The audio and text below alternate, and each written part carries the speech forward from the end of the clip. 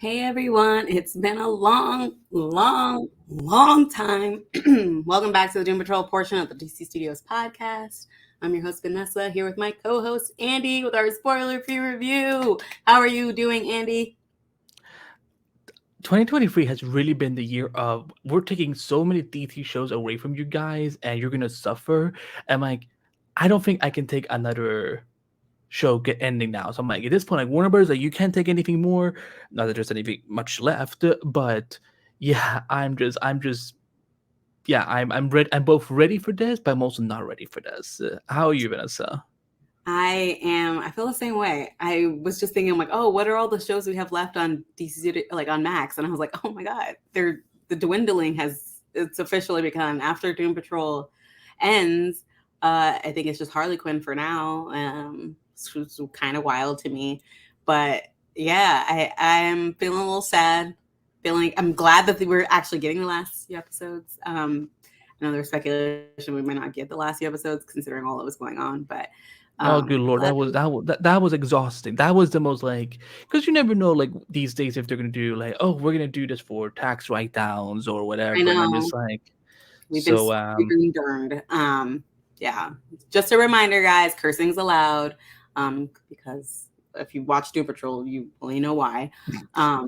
So some bit Also, of because news. we're all adults here, so fuck that. Yeah, I've changed every podcast now on the podcast now where to have explicit it now. So I'm like, everyone yeah, is allowed to cuss now. I'm listen, we're all grown up now. we're Ain't adults nobody under 20s anymore. So now. you know, it's done. So Exactly. A little bit of news. Doom Patrol Season 4 officially returns October 12th. Yay! Finally! Which lines up with New York Comic Con kicking off. It's also next Thursday, the 12th. Yes. So that's exciting. If you're going to Comic Con, I'm assuming Doom Patrol will have a panel or they'll have a presence there. Maybe. No, actually, no, the actors are on strike. Well, maybe the writers will be there. So that's also a bit of news. The writer's strike ended. If you don't know already, SAG-AFTRA is still on strike, so still solidarity with them. Be aware of what's going on. negotiating as we speak. Exactly, which is cool. And we have a new image from Joker 2 that dropped. It was just, standing in the rain with some umbrellas. I don't know, which means maybe we'll get a trailer soon. I assume with Comic-Con coming, maybe we'll get a teaser trailer, which would be dope. The movie comes out next fall, so we are around teaser trailer time, or at least one or more of them. Peacemaker 2 season 2 is currently being written now that the writers are not on strike anymore. James Gunn is back to writing season 2, which is super exciting. We love season 1. Can't wait to talk about it in this actual podcast. And also, according to Gunn, a few other things. Nothing is canon in the new DC universe until Creature Commandos, which is an animated feature, and as well as Legacy, Superman Legacy, which is Creature Commandos is the first one that's coming next year, I guess, whatever. Zolo Mariduena will continue playing Blue Beetle. Viola Davis will continue being Amanda Waller, and John Cena will continue being Peacemaker. So there are some pieces from the old universe being lifted over to the new universe, which makes sense considering some of these newer characters, they're kind of newer to the new universe, and also they weren't really brought in by Zack Snyder, so they kind of just existed in limbo. So I'm glad that we at least see some of the better parts of the old universe coming over to the new universe. Yay! And we have no fucking idea what's going on with Wonder Woman. And I think that's fine for now. We have Paradise Lost, the show coming. So if you want to read something beforehand, definitely check out Wonder Woman Historia. Right? That's what it's called. Yeah. Yeah. Isn't there also a comic called Paradise Lost by oh my god, because I remember because DC has been doing these articles or whatever and so on, what they keep recommending for chapter 1, Gods and Monsters, and last time I checked, they had now also added 2 Wonder Woman books, which one is literally called Paradise Lost. I think one is by Jimenez. I don't remember. Jorge Jimenez. Yeah. Or Phil Jimenez.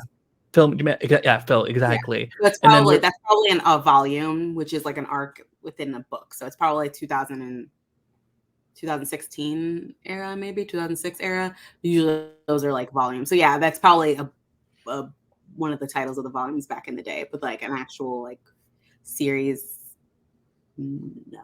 But it's a volume, which technically counts. So yeah, y'all should read that as well. Yeah, I don't know. Do you have any other news?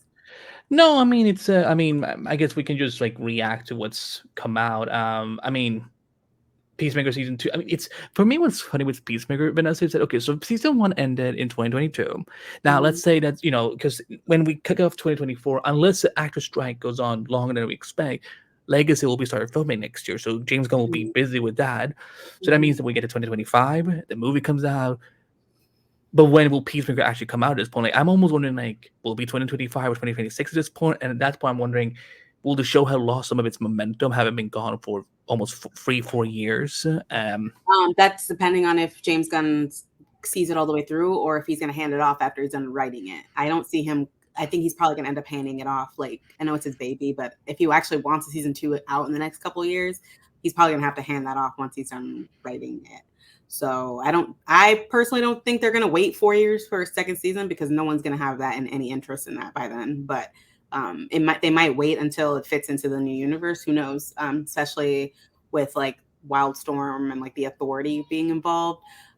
So yeah, I don't know, but I don't think it'll be that long. I think James will probably, since he's writing it right now, if they want to be in they could be in pre-production by next spring. You know what I mean? Like, and he could just hand it off to a new creative team that he picked. You know what I mean?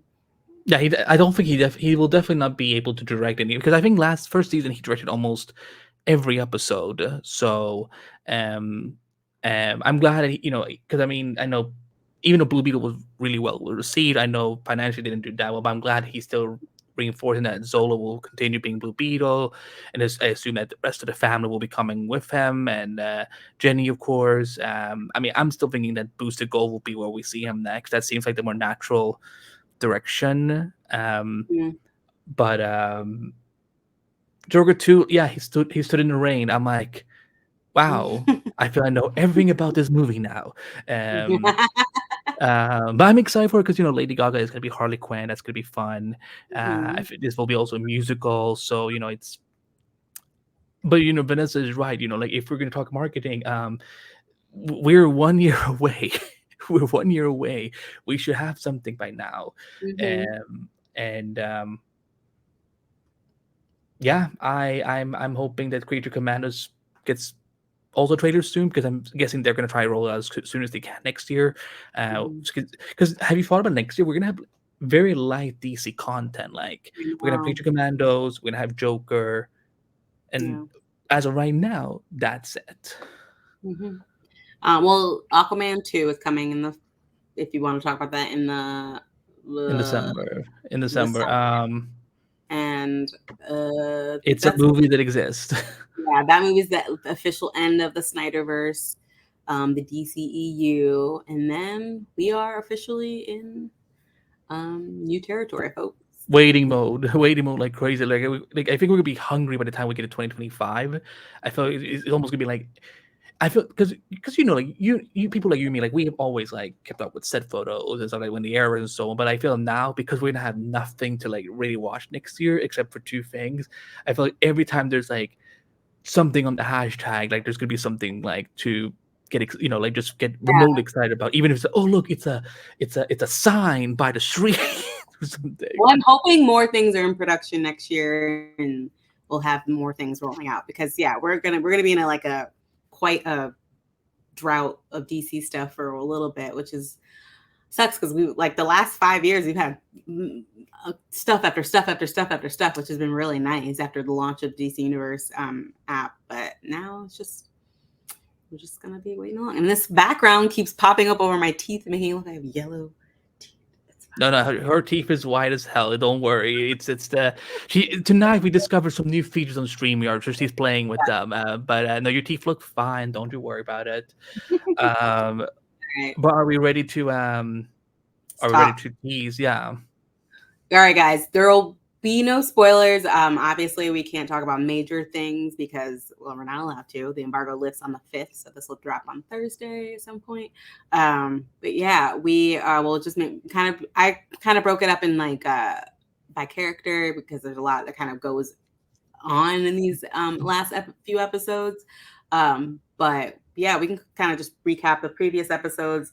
If you don't remember, we have zombie butts, apocalypse, we have Mortis coming, we have betrayal, we have Cyborg has no powers, people's longevity has been stolen.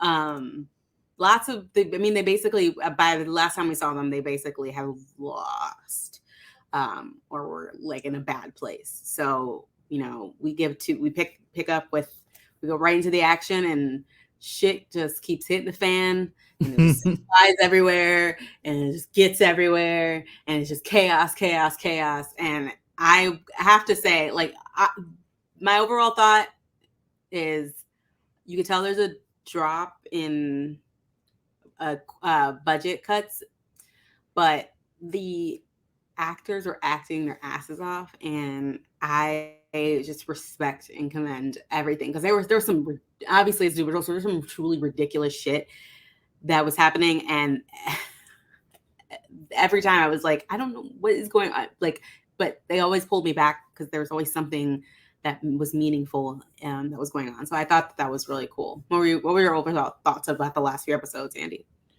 Yeah, in terms of like the budget or whatever, I mean, look, it didn't look too, like you could tell a little bit that it's dropped, but that, that's a Warner Discovery effect, but it still looked great, and people at the VFX team, they still kicked their ass. Like, I mean, again, the fact that we have walking butts walking around and like just talking and shit and so on is just hilarious. But no, I think the one problem, again, this is not on the writers, this is more on HBO Max and Warner Brothers, which is that if you haven't seen part one in quite a while, it does become one of those things where like you suddenly have to like go on Wikipedia and like watch a quick recap or something because it's I mean and again it's again not against the writers, but obviously they wrote this as if it was like a season that would air the way it usually has. But once you kind of like get back into the groove of like, okay, here's what's going on, here's what they're facing, you kind of become reinvested again. It would have been interesting with how how we would have felt if this had just aired as a normal season. Because they still really haven't explained why why we had to wait as long as we did. But um, but yeah, no, they definitely don't waste any time. Like they get right back into like again, it feels that this is a final season, and I think even like on last season's podcast, me and the previous host, we kind of had talked about it felt like season 3 was setting up for a end destination with season 4 either way, or at least for some of the characters, and it definitely feels like I love all the actors, I love all the characters, but like if there had been a season 5, I could have seen this be a good stop point for some of them by the time we get to the end. Yeah, for sure. So, but yeah, no. Do we want to kind of just tease character by character? Yeah, let's start with Rita. You know, Rita has always been like very vain person, terrified of getting older. Very classic movie star. I think her story is overall just really, I think it's empowering, but it's kind of sad. I mean, all of her stories are a little bit sad. I think that she has great moments with Laura. And I think that by the time we get to the end of her arc in this season, I feel like I feel like she learns more about herself, and it's nice to see that, especially with Rita, because Rita's so like she's always so this close to like enlightenment, and then gets pulled back into her like her own pettiness, and I kind of love that because like, she's real. That's a real person, you know. Yeah, But yeah, what do you think about Rita? I definitely think that April Bowley, she definitely steals the show a bit by the end. I think people will know what we're talking about once they get to um, some of the absolute final episodes.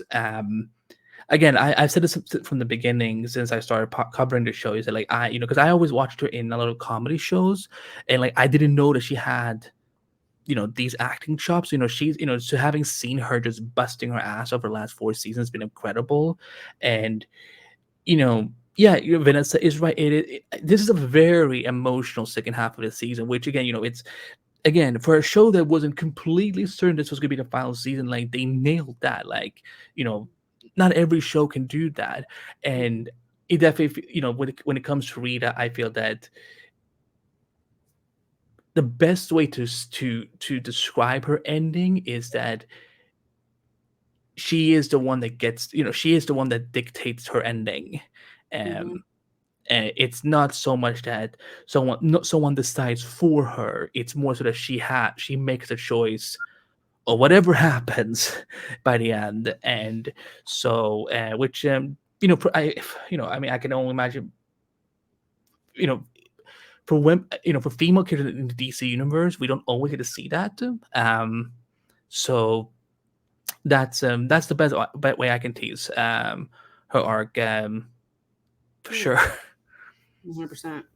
Um, with Jane's story, I think is probably one of the most. I don't know. It's hard to say like one of the most tragic, but it's like then you think about Larry and then Cliff. It's I think hers is a bit of a triumph too. Um, Mm, we get to see her figuring out Kay's trauma and how much of that impacts her, not just her, but all the alters. Um, we get something cool for her. I don't even know if I can say what it is, but we do get something cool that actually makes sense for her by the end.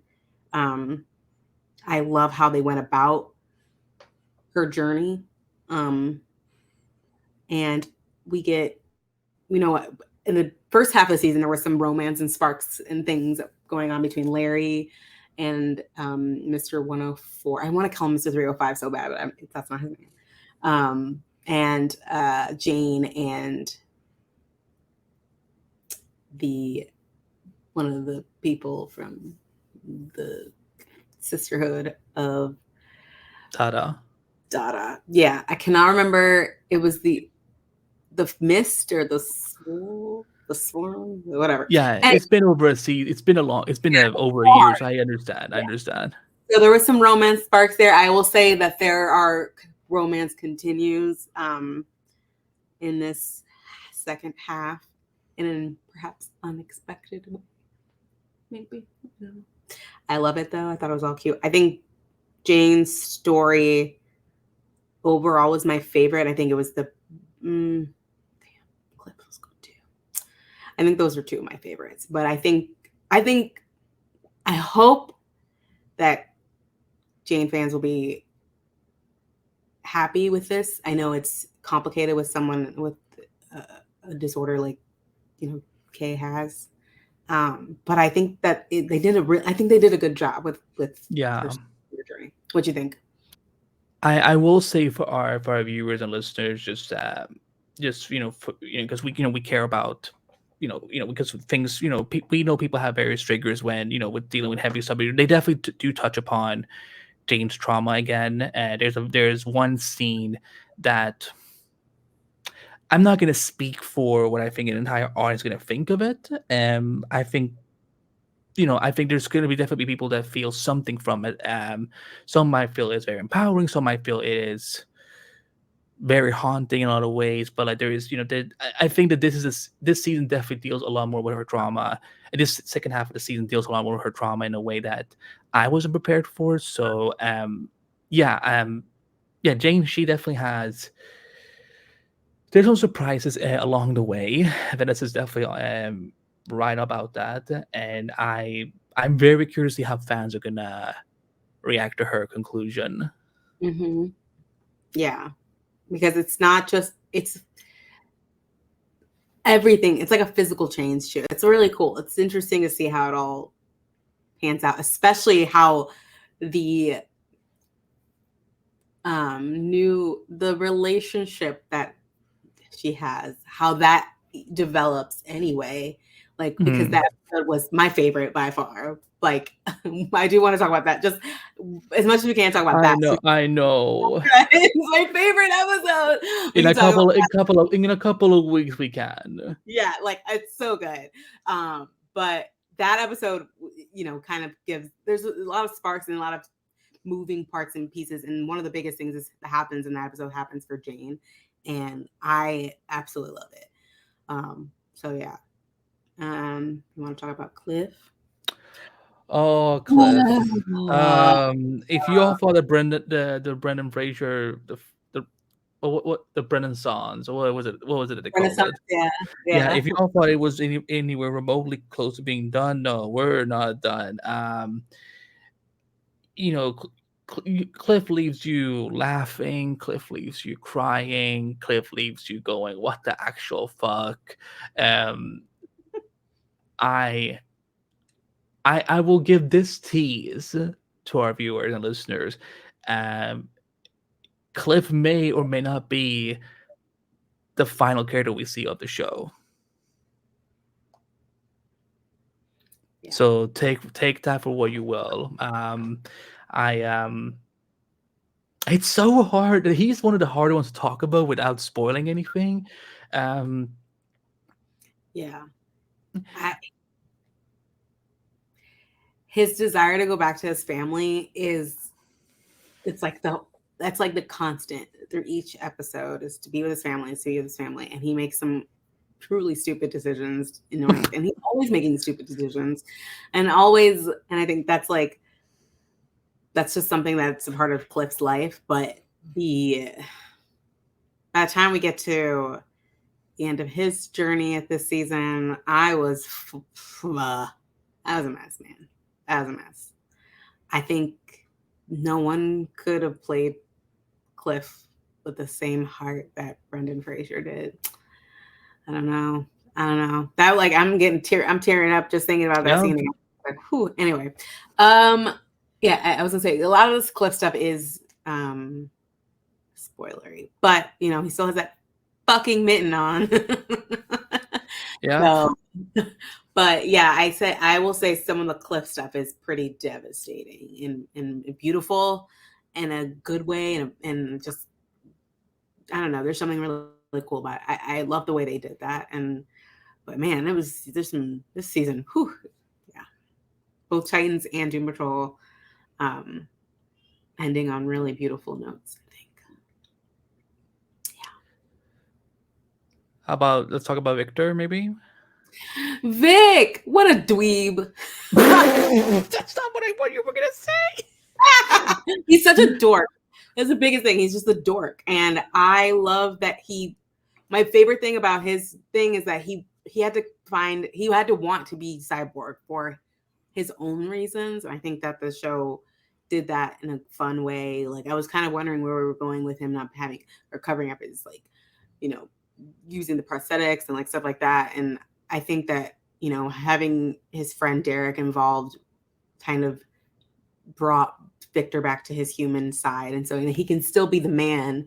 Just because he has machine parts doesn't mean he's not a human being. And I think it was sweet. Like, I love all his moments with other characters and his bonds with people.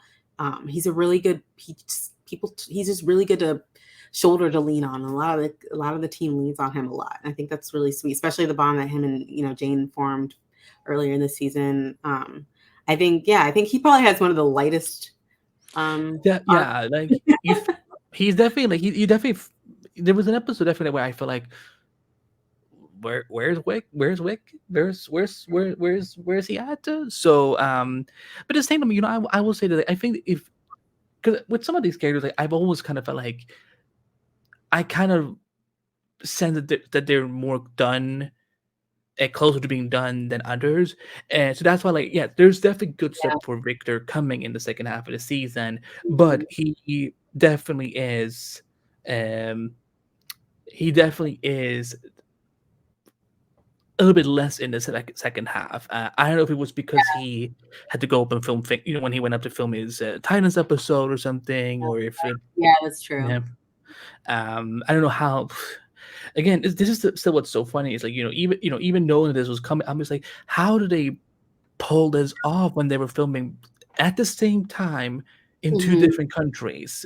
Yeah. Um, so, um, but I'm definitely happy where we see Victor at the end of the Mhm. series. Yeah. Um, and yeah, there's some cool action moments, I was but just gonna say it's a really cool moment. they've never failed to deliver on on Victor action. Yeah, I think there's the one scene I was like, ah, it's so cool. I want to like see gifts of that. But there is, yeah, I think that they had a really good like arc. And I think one of the ones that like I could see absolutely continuing on in like Titans if we in a perfect universe, they'd be like, ah, he's Season moving 5. on. He's over there at Titans World. That'd be so cute. Oh my god. Anyway, I just want to see him on Titans once. We never got it. Anyway, spoiler alert. Sabrick never joins the Titans in this universe. But anyway. But yeah, we can move on to the saddest man on the planet. My God, they were dragging him. Like, okay, so this could not be. If Warner Brothers, if we get in trouble for this, then you're all being hella sensitive. They this show must have listened to what Twitter was saying last year, because man, they drag his angst over him over and over. They're like your sad, pathetic excuse for shit. Laura has the best comeback Yeah, out of him. yeah, that was hilarious. I was surprised to hear them like calling it out a little bit more, which I was like, that's so funny because yeah, he's negative man, but like it gets to the point where I'm like, oh my god, can we please? But I think that Larry's story arc was, pretty straightforward. I think like he had to just figure out some inner things. He has his little cutesy romance with Mr. 104, right? Mr. 104. I just call him And Rama. Rama, yeah, that's probably easier. I'm always mixing up the numbers. But I think that like There's a lot of numbers. yeah, I think their story was cute. I didn't really have a whole lot of thoughts about it. What did you think? I think Larry's arc is the one that I do not want to say predictable, because nothing with the show is really predictable. But this was the one where I'm like, this makes sense. Yeah. It's not too shocking. And I'm kind of like, I'm glad that he stuck to their gut on this. Yeah. Yeah. It's not disappointing. It's pretty I like this story. I thought it was good. Yeah. Yeah. We do oh yeah, there's just everything in that one episode. Everything. Anyway, then let's talk about Laura, Miss Madame Rouge, Laura DeMille. What do you think about her art? I mean, you can't. This show has not wasted Michelle Gomez, to say the least. And to see again, she definitely gets to step up a lot more in the second half of the season, that I wasn't prepared for. Um, and she has some kind of unexpected moments that I wasn't prepared for either. But then I was like, oh, I like this. No, if season 5 had happened, this is someone I feel definitely would have been a really good character for Doom Patrol 2.0 to kind of continue. But there's one scene in particular that I'm really excited for fans to see. It involves, it's not that's too much of a sport. I can't say that either. But definitely one of the final 3 episodes, something. There's a really cool acting moment for Michelle Gomez. I wonder if Vanessa knows what I'm talking about. I don't know. I don't know if I know. She had a lot of good moments. I don't know. That's My true. favorite was one of her last moments in the last episode. I think the fun thing about her is that she's like constantly like, oh, it was bad in the past. How do I make up for it? Do I need to make up for it? Whatever. Like she's got like this dilemma most mostly because of Rita and like her guilt or whatever. But I think that by the end, I love her. Like, I just love that she's just like, yeah, it was fun. And I think one of the best things about her though is her hair. What a wonderful head of hair that she has. I don't know if it's real, if it's a wig, but it's beautiful. But yeah, I think she's a fun character. I think she had a lot of fun moments, especially with the villain, and I I want to, yeah, a lot of great moments because she knows what's going on. That's the only thing I can say Mm-hmm. without spoiling anything. But it's really, um, it's fun. It's fun seeing Michelle Gomez play in the realm she's playing in because of the situation that she's put in. She actually gets to do more, like do a lot. Like Andy said, she does do a lot in this half because of the situation she's put in. I think it's wonderful. So I actually am a huge. I think this show made. I never knew who Michelle. I'm sorry, but I did not know who Michelle Gomez was before the show, and I think that I'm a huge fan of her now because of the show, and I want to find out like other stuff that she's been in and watch it because I think she's fucking great. Yeah. Yeah. Yeah. Anyway, let's move on before I spoil some stuff. Casey. Yeah, we see Casey and Dorothy in the second half, even though we only saw them for one episode last season. Yeah, Ooh. yeah, they're definitely back. I don't have much to say. I ain't have much to say. But definitely, like, as someone who didn't really know much about Casey, I didn't even know who Casey was until the show Mhm. introduced her.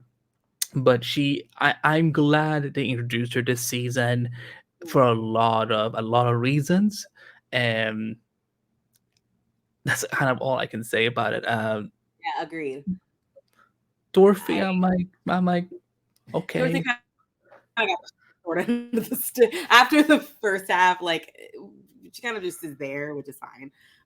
um, Casey, as someone who did know Casey before the show, I think they I think they got her great. I Casey's existence in this season is one of the that's how I feel like it's that's how I know we were at least that season 5 was supposed to get written because she was the focus of the Gerard Way run of the Doom Patrol. So like if mm, we season 5, she most likely would have been the focus and the lead because they were set. I mean, why would you introduce a character like her that's so interesting and has such a cool backstory? And what we get towards in the later episodes, like all of this build up and not have a season 5, like that's one of the reasons. But not Andy said it correctly. Like the finale. I don't know if this is they haven't announced that this is the last season. Have they announced this is the last season officially? I yeah. think The, yes, the this is same the the last. same day the same day the Titans That's what got I thought. canceled. Okay, that's what I thought. Okay, so the writers did the finale in a way that like it doesn't feel like it was cut off short. So they did a good job of that. But the introduction occasion, like they could have, if they'd gotten season 5, it could have easily like had Casey at the lead of the Doom Patrol. I'm glad they introduced her though because what we did get of her, I don't think we got enough of her in the first half, but I think we got a great content in the second half. I think she's a really fun character. She's basically like grown up Rainbow Bright for the Americans who get that reference. I don't know if you could. Do you know that reference? Anyway, it's fine. But yeah, Dorothy, I would have rather anyway, but that's a spoiler. But yeah, She gets some good stuff too. For anyone who likes Dorothy, there's definitely some satisfactory things for her in the end. yeah. I all in all, I think yeah, those were. I think everything was pretty cool. We do see some other characters again that I'm not gonna say that we haven't seen this season. Have we? But some characters pop up again, which is fun. We can talk a little bit about Mortis, the villain. We will be using they them pronouns for Mortis. Yeah. Um, Mortis is fun. Yeah. Mortis. This is I'm so happy we got Mortis as the final season big bad. Um, Again, this is not a huge villain in the DC universe, so but if anyone like knows specifically about Immortus, like there's definitely some twists and turns that I wasn't prepared for, but Yeah, they it got is. my ass. Yeah. Um, but it definitely left me feeling that every season we had unique villains, and Immortus works into that as well. Mhm. When you see them, you guys will have to wait and see. You won't have to wait for too long. Yeah. Um, Yeah. um, Agreed. Yeah. but it was. I really wasn't prepared for the way they were going to do Mortis because this entire season they kept talking about Mortis and Mortis and Mortis and Mortis, and then when we actually see Mortis, which is not a spoiler because you all know that the Mortis is coming. I was like, wait a minute, this is not what I expected, but this is kind of genius at the same Yeah. time. Yeah. I will say, if you watch or are a dedicated Doom Patrol fan, you know that every season they do their villains with a twist, and the Mortis is no different. It's absolutely batshit. I wasn't expecting. I had to like rewind because I was like, "Wait, what the fuck are they talking about?" Honestly, so smart. I don't think anyone would have. Anyway, it's a really smart decision, and it was really fun. And we got some fantastic episodes because of this villain. And I don't think we often say that. Like outside of like the Flash, like how many villains give us really good episodes? You know what I mean? Like there's almost entire seasons of the Flash that I refuse to watch because of the villain. But like but like how many shows are like, oh man, this Very villain few. is so good, so many good episodes because of this villain. This villain gives us a lot of good, like I cannot say much about this episode because I don't even know. I don't think they revealed that this was happening, but this episode is literally is my favorite Doom Patrol episode of all time. Period. I texted Andy. I was like, it's so good. Fantastic. Just fantastic. I was crying, laughing. It was so stupid, but genius, and it fits into who Mortis is and their villainy, and their particular brand of villainy, which fits in with the Doom Patrol aesthetic. I don't know. I love Mortis. Yeah. No, I mean, I guess we can say because we know that people know there is a musical episode coming, Okay, and good. and boy, do I hope that they release these songs on Spotify because like again I can't even say lyrics because it's spoilery, but it's I was gonna say I know why the episode's premiering, but I can't say why without spoiling why, because of a certain, anyway. So yeah, I once people see this episode, I think it's a little bit more understanding the timing of these episodes, but yeah, fantastic. Yeah, the musical. So they know it's a musical episode coming. There's fantastic. Yeah.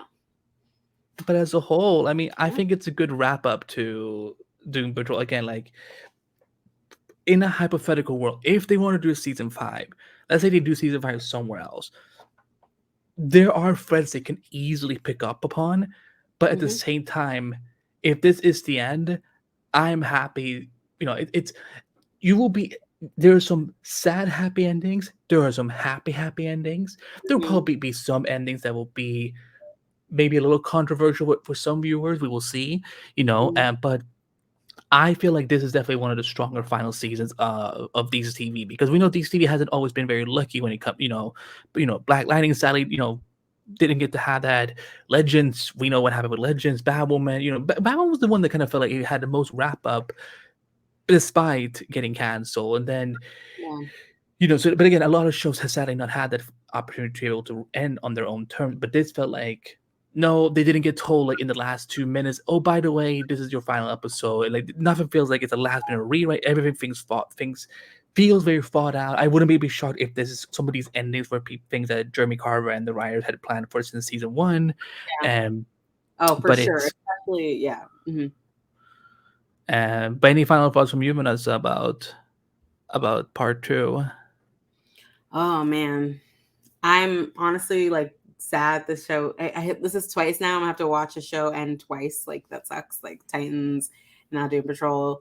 I've said from the beginning this is my favorite DC TV show, and I stand by that. I think they stuck the landing. I think it's a beautiful show. The last few episodes are fun, and you're gonna cry, and you're gonna be frustrated, and laugh, and there's just a lot of good stuff in it. And I'm grateful that we have such a high caliber of actors in this show, like Dan Guerrero, Matt Bomer, Brendan Fraser, Abel Bowie, like Joey and Wade. Like, there's just so many good actors on the show.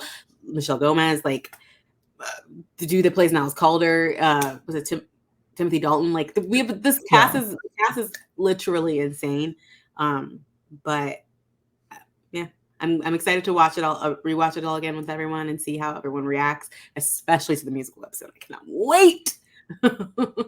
Yeah. Yeah, I agree, and I mean, again, if this is how they could make me feel for the end of Doom Patrol, that's why I'm kind of like excited to see what Jeremy Carver will do on Waller. Because I mean, him writing for Viola Davis is going to be fun, so I'm excited for that.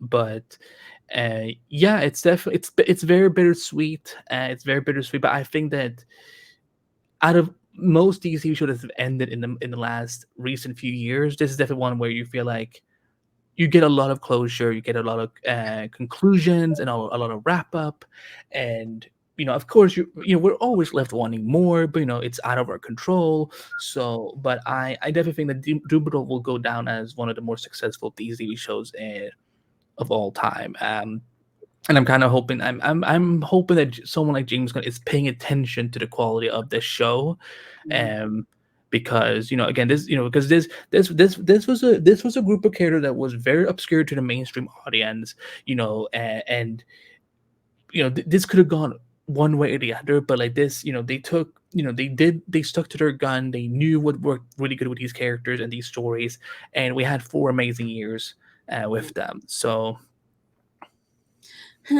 Yeah. Yeah. I'm grateful for the time we had with them. I'm sad it's gonna end soon. All right, well, that's all we have. Wrap it up now, y'all. Can't wait for a new season to drop next Thursday. It'll be 2 episodes, and then after that, one will drop weekly.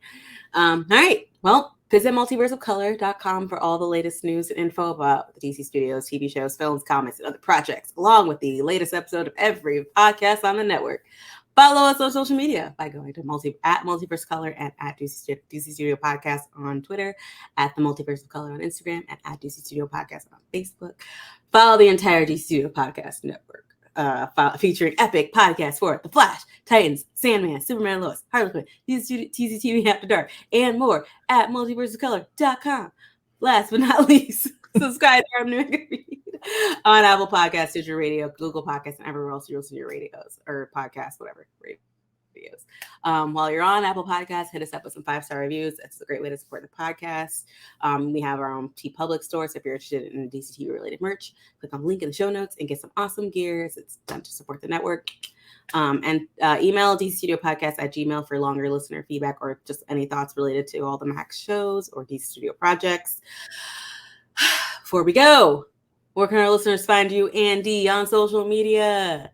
At Andrew back everywhere, but I feel like I'm this point I'm at every social media app, because Twitter is just, you never know, Twitter can be there next tomorrow, Twitter cannot be there tomorrow. I'm on the Flash podcast as always. I'm on at Screen Rant, running Multiverse of Color, and yeah, just check my bio and you will find links to all my stuff. What about you, Vanessa? Where can people find you at? You can find me at Vanessa Shark on Twitter, Threads, Instagram. No TikTok or no Snapchat? No, well, I have Snapchat, but that's not. I do not add me on Snapchat. I also have Tumblr. Sometimes you can follow me if you want, whatever. No, I do not have a TikTok. No, TikTok. That's so old. I do not have a TikTok because I have no patience for that. I have a website, vanessashark.com, but most of my work is on multiversecolor.com right now. I have a new interview coming up. I interviewed a creative team of a graphic novel about witches in the 1930s, Black and brown witches and Chinese witches in the 1930s. So that'll be up next week because the book drops on Tuesday. So excited. It's called Brooms. You see that on Multiverse. All my work on multiverse.com. Yay. All right, I'm done. All right, y'all. Until the episodes drop, we'll be reviewing each episode with Keenan and the rest of the crew. each week. So we'll be back next weekend, most likely. All right. Sayonara, Doomies.